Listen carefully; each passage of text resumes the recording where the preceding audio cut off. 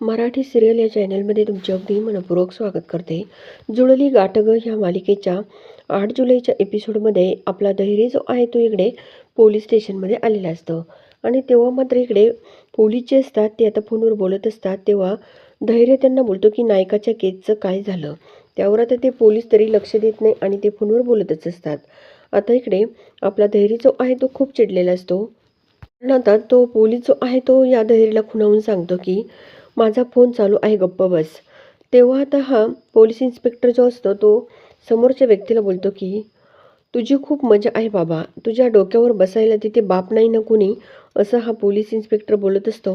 तेव्हा धैर्य लगेच बोलतो की काही ऑफिसरांना त्यांची कामं जी आहेत ना ती करता येत नाही, फक्त फोनवर मोठमोठ्या गप्पा मारता येतात, तरी त्यांना त्यांची कामं शिकवली पाहिजे ना. असं पण इकडे धैर्य जो आहे तो आपल्या पोलिसांना बोलत असतो. तेव्हा पोलीस जे आहेत ते समोरच्या पार्टीला सांगतात की थांब रे, एक कटकट आली आहे, त्यांचं बघतो काय आहे आणि मग तुला कॉल करतो, असं पोलीस इन्स्पेक्टर धैर्यला बोलतात.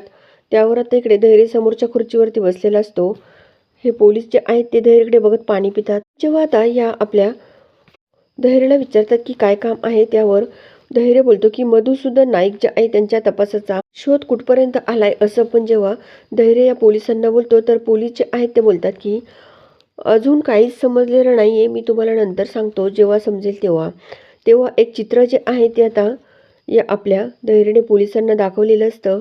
वर धैर्य जो आहे तो पोलिसांना बोलतो की हे चित्र जे आहे ते सावीनं काढलेलं आहे आणि चित्रातल्याच गाडीचा शोध घ्यायचा आपल्याला, असं धैर्य या पोलिसांना सांगतो. पोलीस ते चित्र बघत असतात आणि बोलतात की ह्या गाडीचा शोध घ्यायचा का, ठीक आहे. त्यावर आता इकडे धैर्य जो आहे तो बोलतो की मला गॅरंटी आहे हीच ती गाडी आहे, ज्या गाडीने मधुसूदन नायकांना उडवलं ना तीच ही गाडी आहे. असं पण इकडे धैर्य जो आहे तो इकडे पोलिसांना बोलतो.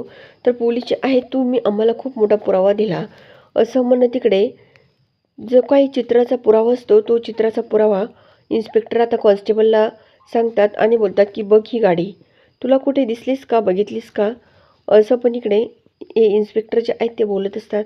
त्यानंतर इकडे आता इन्स्पेक्टर जे आहे ते जाधवला विचारतात की तू ही गाडी कुठे बघितली का, आणि ज्या गाडीचा चित्राचा फोटो असतो तो त्या जाधवला दाखवतात. तेव्हा ते नाही असं बोलतात. तर ते पोलीस कॉन्स्टेबल ते चित्र हातामध्ये घेतात आणि खूप हसू लागतात आणि बाकीचा स्टाफसुद्धा सर्वजण हसत असतात.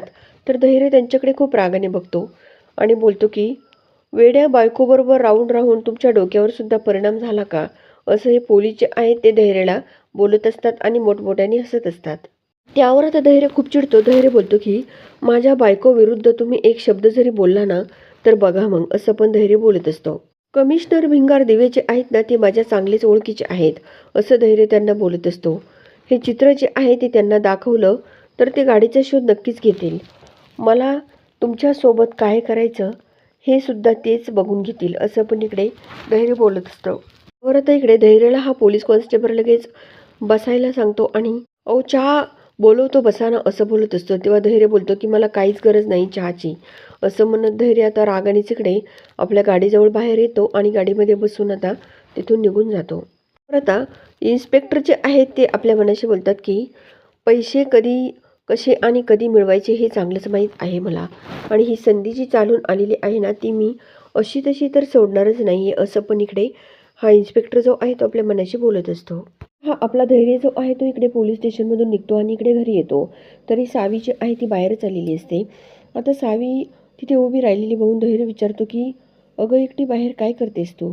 तेव्हा सावी जी आहे ती धैर्यकडे बघते आणि बोलते की मला फिरायला जायचं आहे, त्यासाठी आले होते. तेव्हा धैर्य बोलतो की फ्रेंड आत्ताच जायचं आहे आपल्याला. तेव्हा इकडे धैर्य बोलतो की नंतर जाऊयात. त्यावर आता सावी काय ऐकायला तयार नसते. सावी बोलते की नाही आत्ताच जायचं, असं म्हणत तिकडे आता धैर्य जो आहे तो सावीला बोलतो की बस गाडीमध्ये बस, मग आपण जाऊयात. तर सावी लगेच गाडीत बसते. आता धैर्य बोलतो की गाडीत बसल्यावर तुला काय सांगितलेलं आहे, सीट बेल्ट लावायचा. तेव्हा इकडे सावी बोलते की मला नाही आहे सीट बेल्ट लावता. धैर्य जो आहे तो स्वतःच्या हाताने आता या सावीला तो सीट बेल्ट लावून देतो आणि तेव्हा सावी खूपच खुश होते. त्यावेळेस आता धैर्य सावीला सीट बेल्ट लावत असतो त्यावेळेस मात्र सावी खूपच खुश झालेली असते. सावी जी आहे ती धैर्यकडेच एकटक बघत राहते. तेव्हा सावी थोडीशी हसते आणि धैर्यही थोडासा हसतो. आता दोघे एकमेकांच्या जवळ आलेले असतात. त्यानंतर आता धैर्य जो आहे तो सावीला बोलतो की हे बघ एवढं सोपं असतं. आणि त्याच वेळेस इकडे आता ही आपली सावी जेव्हा बसलेली असते तेव्हा ती नेमकं ह्या परागने जो काही स्पीकर जो आहे माईक जो आहे तो कुठं ठेवलेला आहे तो शोधू लागते. आणि तेवढ्यामध्ये तिच्या हाताला तो स्पीकर जो आहे तो लागतो आणि ती लगेच आपल्या हातामध्ये तो स्पीकर घेते. इकडे धैर्य पुन्हा गाडीमध्ये येऊन बसतो. आता इकडे ह्या धैर्याला काही माहीत नसतं, हा सर्व सावीचा प्लॅन असतो. त्यानंतर आता इकडे हा धैर्य जो आहे तो आपल्या सावीला बोलतो की काय निघायचं का मग. त्यावर आता सावीला तो स्पीकर मिळतो आणि सावी लगेच बोलते की आज नाही जायचं, उद्या जाऊ, कारण माझा मूड नाही आहे. त्यावर आता इकडे धैर्य बोलतो की सावी सर्व क्लिअर आहे का, तू आत्ता काय बोलली की आजच जायचं, आत्ता गाडीत बसल्यावर काय बोलली की नाही माझा मूड नाही. त्यावर आता इकडे सावी बोलते की नाही मला भूक लागली आहे आणि तिने तो स्पीकर हातात घेतलेला असतो. त्यावर आता धैर्य बोलतो की बरं चल ठीक आहे जाऊयात घरात. त्यावर आता धैर्य गाडीच्या खाली उतरतो.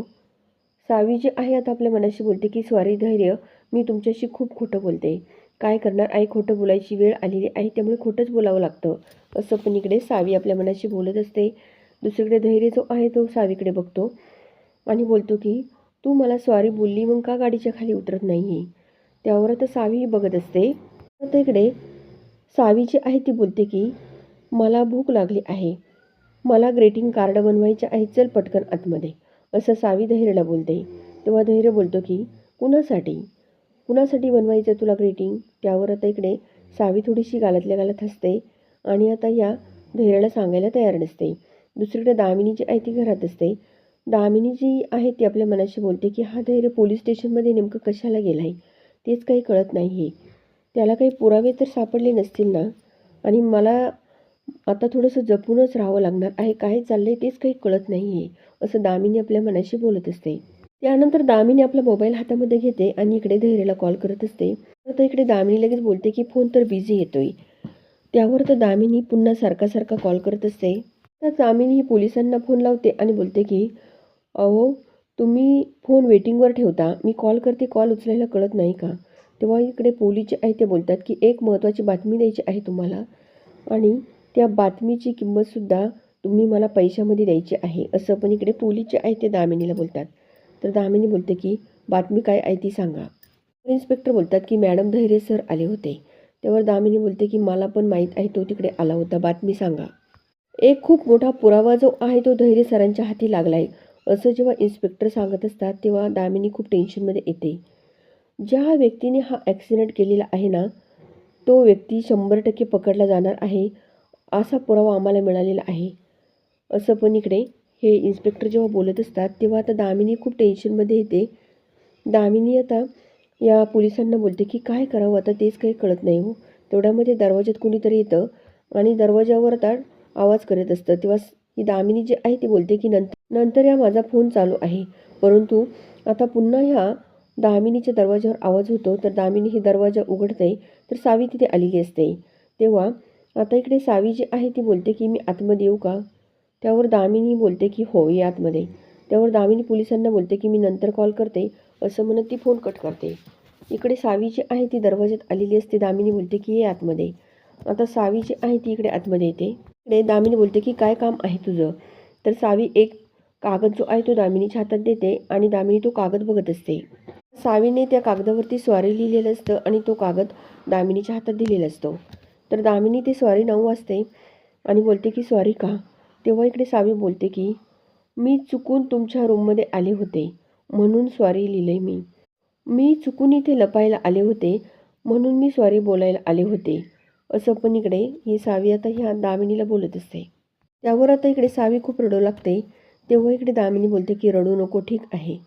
तेव्हा इकडे सावी बोलते की तुम्ही माझ्यावर किती ओरडलात ना, त्यामुळे सॉरी मी हे लिहून आणलं, असं ही इकडे सावी बोलत असते. दामिनी बोलते की थांब मी तुझ्यासाठी पाणी आणते, असं म्हणत तिकडे आता दामिनी जी आहे ती या आपल्या सावीसाठी पाणी आणायला जाते.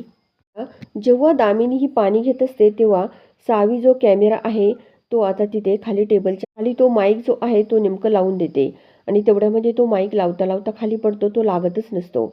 आता इकडे दामिनी जी आहे ती पटकन ते पाणी जे आहे ते घेते. आता इकडे सावीचं मन सावीला सांगतं की सावी पटकन आवर. आता त्याच वेळेस सावीने अगदी व्यवस्थित टेबलला जे काही माईक आहे तो चिटकून दिलेला असतो आणि इकडे आता ही आपली दामिनी जी आहे ती सावीसाठी पाणी घेऊन आलेली असते. सावी ग्लास हातामध्ये घेऊन पाणी पिते. आता दामिनी बोलते की जा तू आता. त्यावर आता इकडे सावी बोलते की खरंच सॉरी बरं का, मी पुन्हा नाही करणार असं. जी आहे ती बोलते की जा, तुझ्यावर नाही रागवली मी असं म्हणत आता इकडे सावी पुन्हा एकदा त्या टेबलकडे वळून बघते तर तो कॅमेरा जो आहे रेकॉर्डिंगचा तो तिथे तिने पॅक लावून दिलेला असतो. आता इकडे सावी दरवाजामध्ये जाते आणि पुन्हा या दामिनीकडे वळून बघते तर तो रेकॉर्डिंगचा माईक तिथे सावीने ठेवलेला असतो आणि ब्लूटूथ जे आहे ते तिने सावीने स्वतःच्या कानात घातलेलं असतं. आता दामिनी जी आहे ती बोलते की आता कुठली मुलगी जी आहे ती स्वतःच्या बापाचा खून करायला सॉरी बोलेल असं पण इकडे दामिनी आपल्या मनाशी बोलत असते. इकडे सावी जी आहे ती दरवाजामध्ये उभी राहते आणि पुन्हा ह्या दामिनीचं बोलणं ऐकत असते. ती एकटीच बडबडत असते. सावी तिथून जाते. दामिनी जी आहे ती दरवाजा लावून घेते. इकडे दामिनी जी आहे ती आपल्या मनाशी बोलते की ह्या वेड्या मुलीपासून मला काहीच उपयोग होणार नाही आहे असं पण इकडे दामिनी आपल्या मनाशी बोलते. दुसरीकडे सावी जी आहे ती बोलते की दामिनी मॅडम, तुम्हाला आता काय प्लॅन करायचे ते सर्व प्लॅन करा. तुमच्या हृदयाचा ठोकासुद्धा मी ऐकू शकते. आता सुटका नाही असं पण इकडे ही सावी जी आहे ती आपल्या मनाशी बोलते आणि आपल्या रूममध्ये जाते. ही सावी जी आहे तिकडे परागला कॉल करते, रीनाला कॉल करते आणि जो काही माईक रेकॉर्डिंगचा माईक आहे तो तिथे मी त्या दामिनीच्या मॅडमच्या रूममध्ये लावला असल्याचं सावी त्यांना सांगते. तेव्हा पराग बोलतो की व्यवस्थित लागला का, ऐकू येतं का व्यवस्थित तुला? तेव्हा सावी हो असं बोलते. आता रीना जी आहे ती बोलते की ठीक आहे, तू आता व्यवस्थित काळजी घे. तर आता इकडे सावी हो असं बोलते. आता परागशी बोलताना आपला हा धैर्य जो आहे तो तिथे नेमका आलेला असतो आणि सावी लगेच आपल्या हातातला मोबाईल जो आहे तो लपवते. तेव्हा धैर्य विचारतो की सावी काय झालं? तेव्हा सावी जी आहे ती इकडे धैर्यकडे बघते. त्यावर आता सावी बोलते की काहीच झालं नाही. त्यावर इकडे धैर्य बोलतो की तुझी तब्येत बरी आहे ना? अशी पण तू बोलली की फिरायला जायचं, चक्कर मारायचा आणि नंतर तू लगेच नाही होऊन पडली. नेमकं काय चाललंय सावी असं पण हा धैर्य बोलत असतो. इकडे सावी जी आहे ती पुन्हा इकडे बेडवरती जाऊन बसते आणि आता त्या बेडवरती उशी घेते आणि त्या उशीच्या तिथे ती मोबाईल जो आहे तो लपून ठेवते. तो आता इकडे सावीजवळ येतो. तो बोलतो की सावी नेमकं तुला काय होतंय? तर आता इकडे धैर्य बोलतो की अगं नवीन खेळणी आणायची का सांग ना. तेव्हा सावी बोलते की मला नाही बोलायचं तुझ्याशी, जा. सावी बोलते की तू मला खेळणी देणार आणि ऑफिसला जाणार. त्यावर इकडे आता धैर्य बोलतो की नाही सावी, अगं बोल माझ्याशी. मी इथेच माझ्या सावीला आज खेळणी देणार आणि इथेच थांबणार, तिच्यासोबत खेळणार असं हा धैर्य बोलत असतो. सावी जी आहे ती बोलते की घरात नाही खेळायचं, आपण आता बाहेर जाऊयात. दुसरीकडे दामिनी जी आहे ती खूप टेन्शनमध्ये येते आणि तिची बडबड सुरूच असते आणि सर्व त्या रेकॉर्डिंगमध्ये ते सेव्ह होत असतं. दामिनी जी आहे ती आपल्या मनाशी बोलते की नेमकं याला काय पुरावे सापडलेत तेच काही कळत नाही. मला आता पुन्हा इन्स्पेक्टरलाच कॉल करावा लागेल असं म्हणत तिकडे आता या आपल्या दामिनीला थोडासा काहीतरी डाऊट येतो. आपल्या सावीचा मोबाईल जो आहे तो नेमका दामिनीच्या रूममध्ये राहिलेला असतो. आता इकडे दामिनी बोलते की फोन इथे कुठे वाजतोय आणि फोन तर सायलेंट आहे असं पण इकडे दामिनी बोलत असते. तेवढ्यामध्ये इकडे या सावीचा फोन जो आहे तो दामिनीच्याच रूममध्ये राहिलेला असतो आणि रीनाचा फोन त्या मोबाईलवरती आलेला असतो.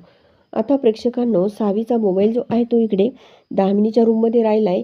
नेमकं आता पुढे काय होणार हे बघण्यासाठी चॅनलला जरूर सबस्क्राईब करा, लाईक करा आणि व्हिडिओ बघितल्यामुळे अगदी मनापासून धन्यवाद.